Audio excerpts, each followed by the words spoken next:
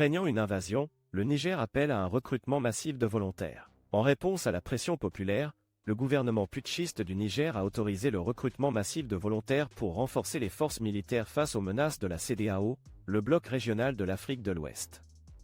Le groupe a déclaré qu'il était prêt à utiliser sa puissance militaire si Mohamed Bazoum, le leader démocratiquement élu renversé lors d'un coup d'État le mois dernier, ne revenait pas au pouvoir. La campagne de recrutement sera lancée ce samedi 19 à Niamey, la capitale du Niger, ainsi que dans les villes exposées aux forces d'invasion, telles que celles près des frontières du Nigeria et du Bénin, deux pays favorables à l'intervention. Le gouvernement a déclaré qu'il n'était pas directement impliqué mais était au courant de cette initiative. Les habitants de la capitale nigérienne, Niamey, ont exprimé leur désir de participer au recrutement.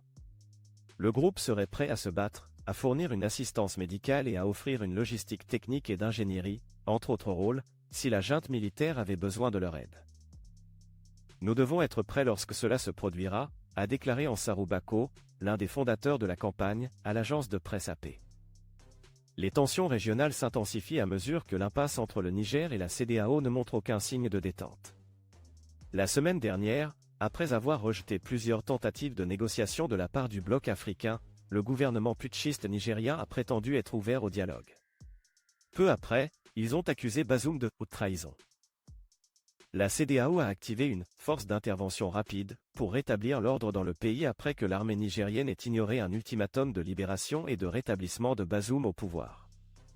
Les dirigeants du bloc se réuniront cette semaine, et il n'est pas clair si une invasion aura lieu, ce qui pourrait avoir des conséquences dévastatrices telles qu'une guerre régionale.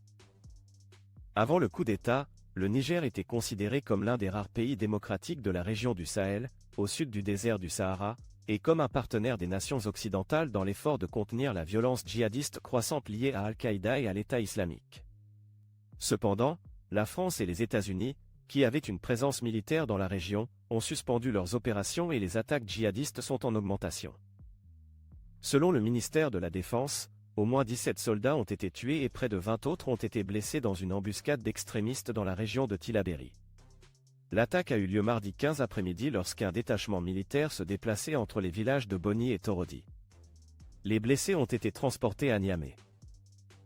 Il s'agissait de la première attaque majeure contre l'armée nigérienne en 6 mois et constitue un signe inquiétant d'une escalade potentielle du conflit. Les analystes suggèrent que plus le coup d'État se prolonge et plus le gouvernement militaire consolide son contrôle du pouvoir, moins une intervention semble probable. Le secrétaire d'État américain, Anthony Blinken, a déclaré qu'il y avait encore de la place pour la diplomatie afin de rétablir le pays dans le respect de l'ordre constitutionnel et a affirmé que Washington soutenait les efforts de la CEDEAO pour le dialogue. Les États-Unis n'ont pas eu d'ambassadeur dans le pays depuis près de 2 ans, laissant le Niger sans accès aux cercles d'informations clés, selon les experts. Cependant, on s'attend à ce que Kathleen Fitzgibbon, la nouvelle ambassadrice, arrive dans la capitale, Niamey, ce week-end. Qu'en pensez-vous de la situation au Niger? Pensez-vous qu'une intervention militaire serait nécessaire? Faites-le nous savoir dans les commentaires ci-dessous. N'oubliez pas de vous abonner à notre chaîne YouTube et de partager cette vidéo sur les réseaux sociaux avec d'autres.